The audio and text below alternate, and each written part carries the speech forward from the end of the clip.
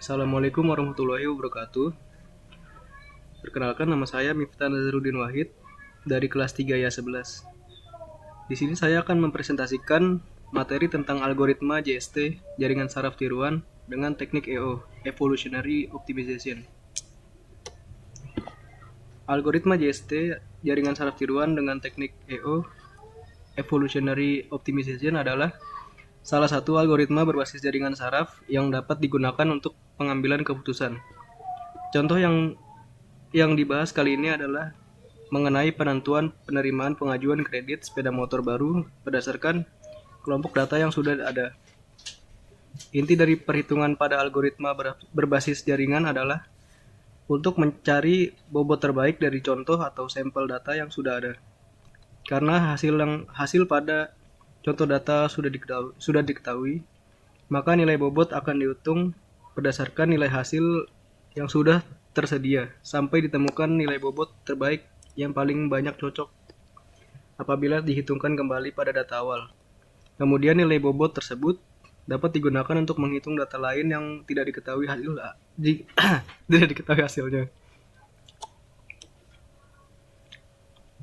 Pada algoritma berbasis jaringan terdapat 3 macam proses pencarian nilai bobot yang umum digunakan. Ada algoritma PSO, Particle Swarm Optimization. Kemudian ada algoritma Gradient Descent dan algoritma EO, Evolutionary Optimization. Diasumsikan ada 8 data pelanggan yang sudah diketahui datanya, yaitu pelanggan A, B, C, D, E, F, G. Masing-masing pelanggan memiliki kriteria yaitu umur, jenis kelamin, skor kepribadian, dan memiliki nilai hasil yaitu diterima atau ditolak. Diasumsikan 8 data tersebut adalah sebagai berikut.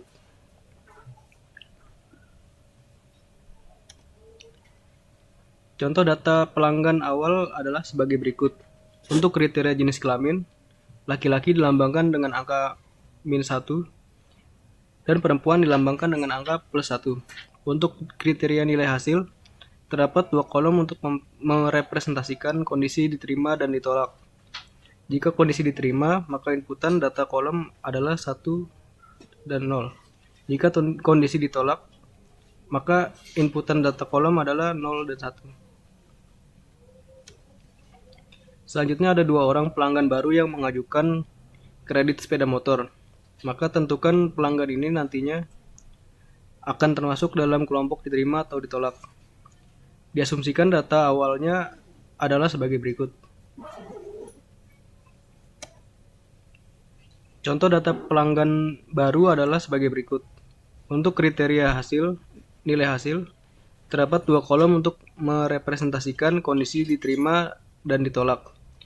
Karena belum diketahui nilai hasilnya, maka semua inputan data adalah -1 dan -1.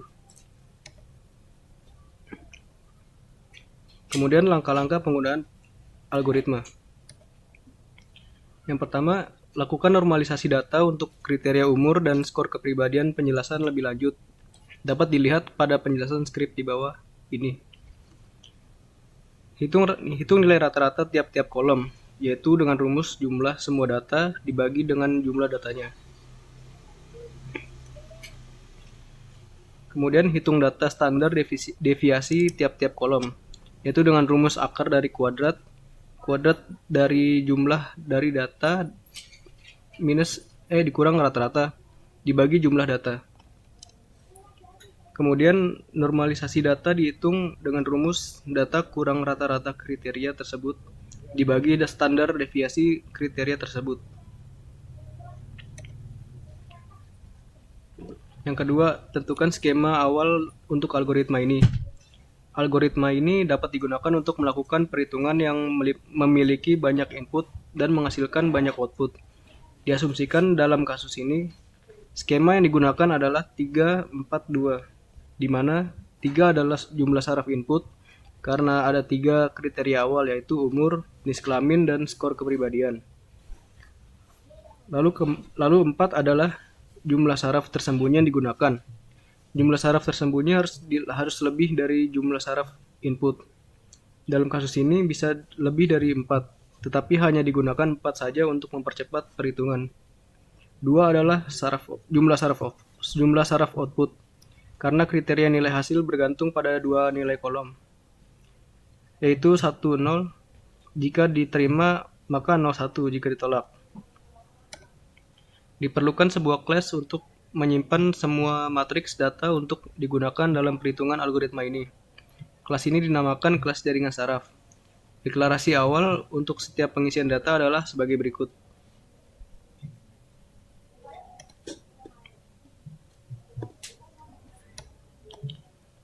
Ketiga, sebelum masuk ke dalam fungsi utama perhitungan, ada beberapa parameter yang perlu diperhatikan, yaitu tentukan pop size atau ukuran populasi. Dalam kebutuhan perhitungan yang sebenarnya, nilai yang direkomendasikan adalah 10 sampai dengan 100. Diasumsikan dalam kasus ini, ukuran pop size ada 6 saja untuk mempercepat perhitungan. Kemudian tentukan jumlah maksimal iterasi atau generasi yang dilakukan. Diasumsikan dalam kasus ini, jumlah maksimal iterasi adalah 100. Kemudian tentukan batas nilai kesalahan yang paling rendah. Jika nilai kesalahan yang ditemukan sudah kurang dari nilai ini, maka perhitungan sudah selesai. Diasumsikan dalam kasus ini batas nilai kesalahan yang paling rendah adalah 0,0001. Kemudian tentukan probabilitas mutasi, yaitu besar kemungkinan sebuah gen akan bermutasi. Nilai yang direkomendasikan adalah 0 dan 1. Sampai dengan 0,5 diasumsikan dalam kasus ini probabilitas mutasi adalah 0,2. Tentukan konstanta pergerakan gen pada saat bermutasi. Semakin besar nilai ini, maka semakin luas area perpindahan gen pada saat bermutasi nilai yang bermutasi. Nilai yang direkomendasikan adalah 0,001 sampai dengan 0,1. Diasumsikan dalam kasus ini, konstanta pergerakan gen adalah 0,01. Kemudian tentukan tau, yaitu persentase jumlah kromosom induk yang terpilih untuk kemudian dicari induk terbaiknya. Semakin besar nilai tau, semakin besar kesempatan dua individu induk terbaik akan terpilih. Nilai yang direkomendasikan adalah 0,3 sampai dengan 0,7. Diasumsikan dalam kasus ini, tau bernilai 0,4. Lalu yang keempat, lakukan proses pencarian nilai bobot dan bias terbaik. Metode yang digunakan adalah EO, Evolutionary Optimization. Penjelasan lebih detail tentang fungsi ini dapat dilihat pada penjelasan skrip di bawah ini. Memasuki perhitungan utama pada fungsi EO, inisialisasi jumlah bobot yang digunakan dalam perhitungan. Jumlah nilai bobot pada jaringan saraf input tersembunyi adalah jumlah saraf input dikali jumlah saraf tersembunyi. Kemudian jumlah nilai pada jaringan saraf input tersembunyi adalah jumlah saraf tersembunyi. Jumlah nilai bobot pada jaringan saraf tersembunyi output adalah jumlah saraf tersembunyi kali jumlah saraf output. Kemudian jumlah nilai bias pada jaringan saraf tersembunyi output adalah jumlah saraf output. Sehingga banyak data yang diperlukan adalah 12 tambah 4 tambah 8 tambah 2 sama dengan 26 buah data.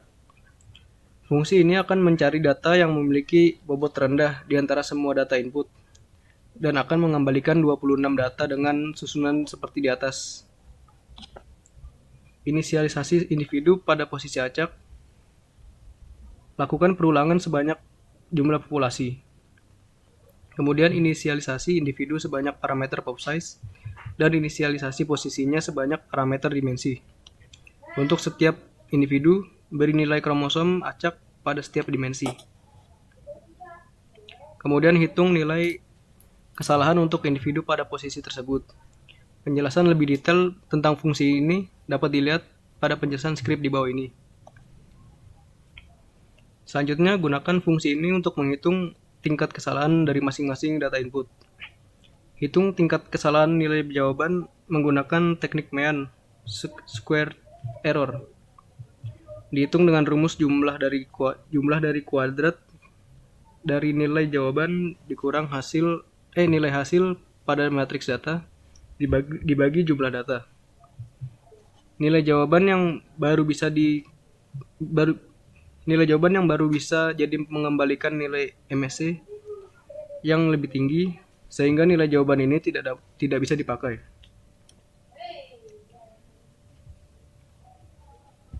Untuk masing-masing individu awal, lakukan pengecekan apakah individu ini berada pada posisi terbaik.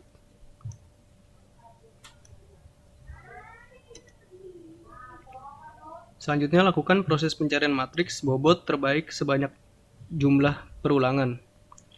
Tentukan 2 data induk pada populasi yang kira-kira memiliki nilai kesalahan yang cukup rendah. Lakukan pengacakan urutan indeks populasi, sehingga populasi yang dipilih tidak akan berurutan.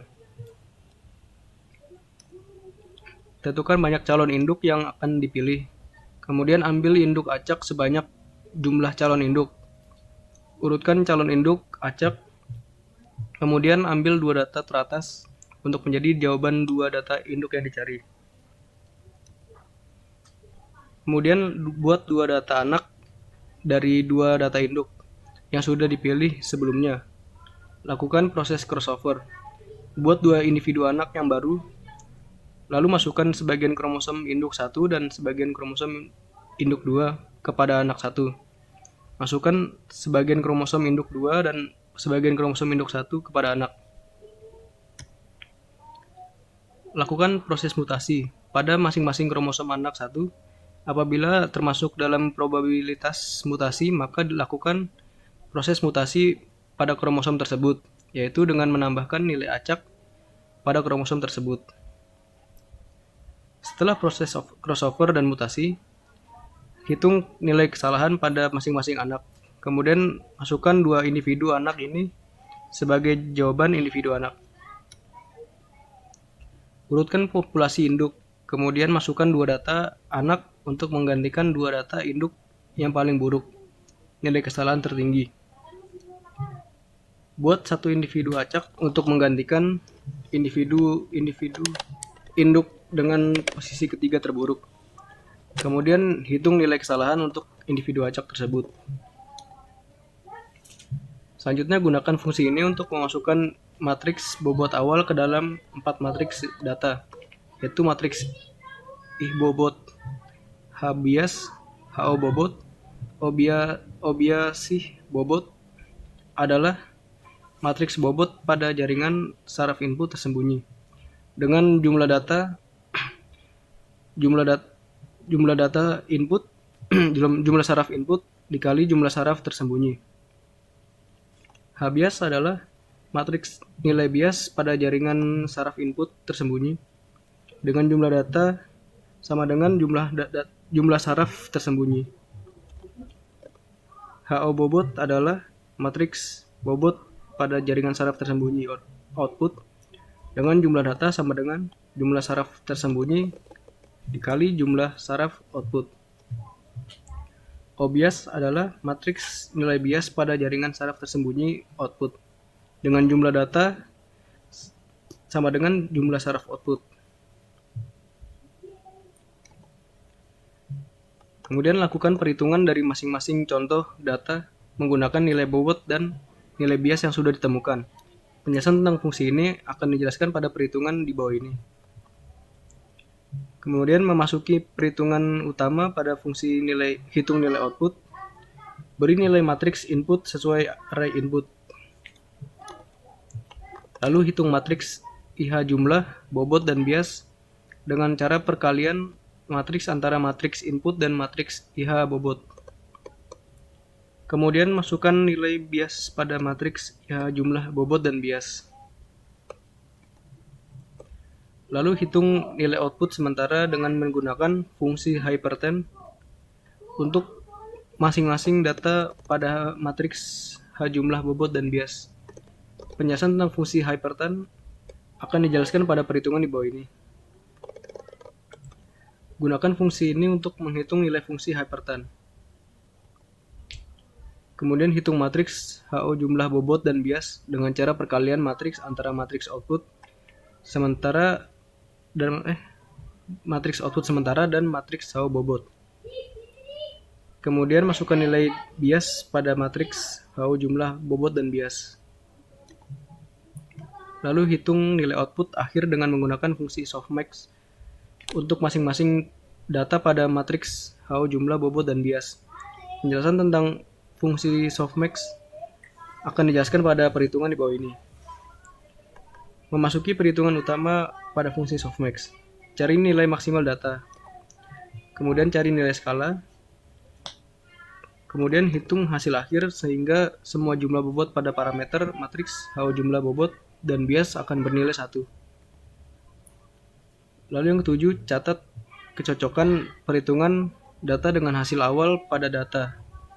Langkah ini tidak wajib, hanya untuk mengetahui seberapa besar tingkat kecocokan perhitungan untuk data baru yang akan dihitung selanjutnya.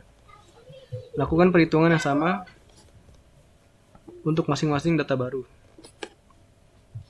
Agar dapat menjalankan fungsi EO di atas, maka diperlukan sebuah kelas individu untuk menampung semua data individu seperti kromosom, nilai kesalahan, jumlah gen, probabilitas mutasi, dan luas pergerakan mutasi. Deklarasi kelas individu adalah sebagai berikut.